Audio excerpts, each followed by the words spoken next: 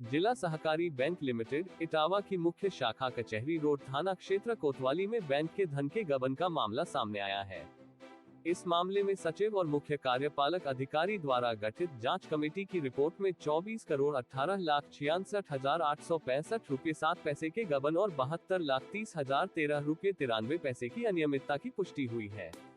इसके आधार पर उप महाप्रबंधक उमेश कुमार और क्षेत्राधिकारी नगर इटावा की जांच रिपोर्ट के अनुसार 16 जुलाई को थाना कोतवाली में मुकदमा दर्ज किया गया। यह मामला बैंक के शाखा प्रबंधक अखिलेश चतुर्वेदी और अन्य 8 अभियुक्तों के खिलाफ दर्ज हुआ है। अखिलेश चतुर्वेदी पर आरोप है कि उन्होंने बैंक के इंटेसोल, इंटरेस्ट पेड बचत खाता और इंटरेस्ट पेड एफडी लोन के धन को कूटरचित एफडी लोन खाता खोलकर गबन किया। उन्होंने अपनी आईडी और पासवर्ड के साथ अन्य कर्मचारियों की आईडी और पासवर्ड का उपयोग कर अपने परिजनों के खातों में धन स्थानांतरित किया। जांच में सामने आया कि कुल 9,78,20,694 रुपये उनके परिजनों के खातों में स्थानांतरित किए गए। इस धन का उपयोग अभियुक्त ने अपनी पत्नी मालती चतुर्वेदी के नाम पर होटल रॉयल गैलेक्सी के निर्माण में किया। जांच में पाया गया कि होटल रॉयल गैलेक्सी की निर्माण लागत लगभग 10 करोड़ रुपए थी, जबकि वर्तमान बाजार कीमत 12 करोड़ रुपए आंकी गई। वरिष्ठ पुलिस अधीक्षक के निर्देशन में प्रभावी पैरवी के चलते मात्र 40 दिनों में माननीय न्यायालय ने होटल रॉयल गैलेक्सी को जब्त और कुर्क करने का आदेश पारित कर दिया। इस मामले में नामित सभी अभियुक्तों द्वारा की गई प्रविष्टियों का अपराध निर्धारण अभियुक्तवार किया गया। अब तक इस मामले में नामित 8 अभियुक्तों के अलावा प्रकाश में आए 7 अभियुक्तों को गिरफ्तार कर जेल भेजा गया है। ये कार्रवाई जिला सहकारी बैंक के सचिव और मुख्य कार्यपालक अधिकारी की ओर से की गई विशेष जांच के तहत की गई। उन्होंने जिला सहकारी बैंक की मुख्य शाखा और 28 अन्य शाखाओं का वित्तीय वर्ष 2022 और वर्ष 2023-24 के लिए विशेष ऑडिट कराया। इस ऑडिट में सहकारी बैंक में घोटाले का कुल आकार 102,52,85,727 रुपये आंका गया। यह मामला इटावा जिले के लिए बड़ा आर्थिक अपराध है।